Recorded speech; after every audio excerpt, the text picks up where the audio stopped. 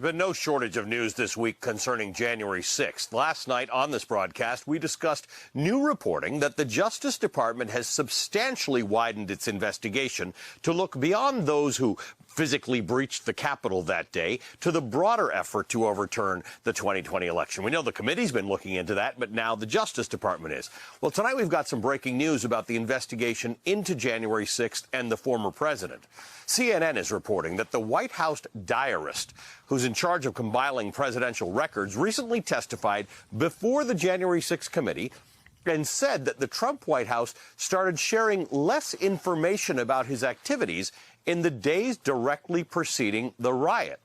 Now, this is according to two sources with knowledge of the probe. I should note, NBC has not yet confirmed this reporting. And if you're wondering, what is a White House diarist, you're probably not alone.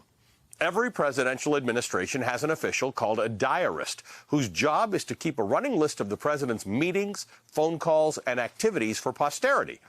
The diarist works with top White House staff to create this record, which is compiled monthly.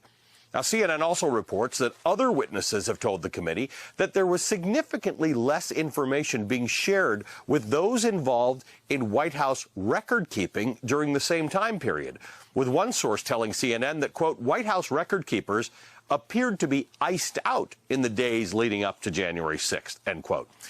Joining us now is the former United States Attorney for the Eastern District of Michigan, Barbara McQuade.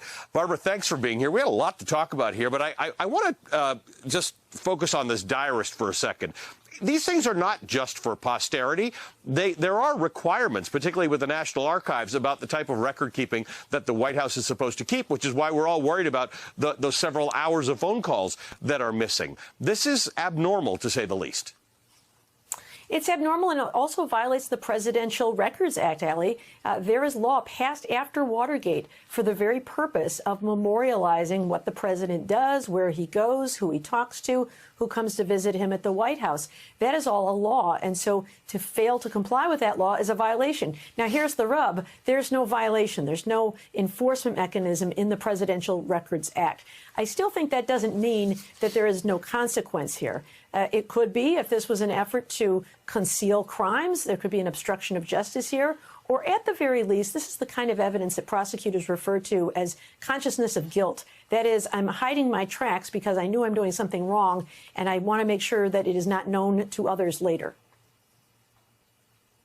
And, of course, one of the things you and I have discussed over the years is that there's a sort of a triangulation that prosecutors do, right? They get a piece of information here and a piece of information there. So this one becomes important, that something had changed, whether or not they were abiding by the law and the requirements of the Presidential Records Act. Something in the days before January 6th, according to this reporting of this diarist who has testified, changed.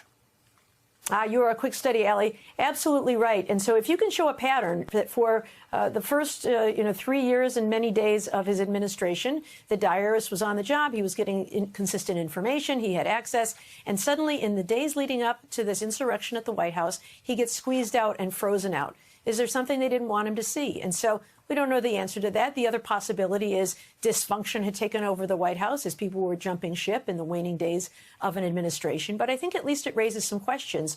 Why was it that the diarist was not being given the same access that he had had for all of those years before in the Trump administration?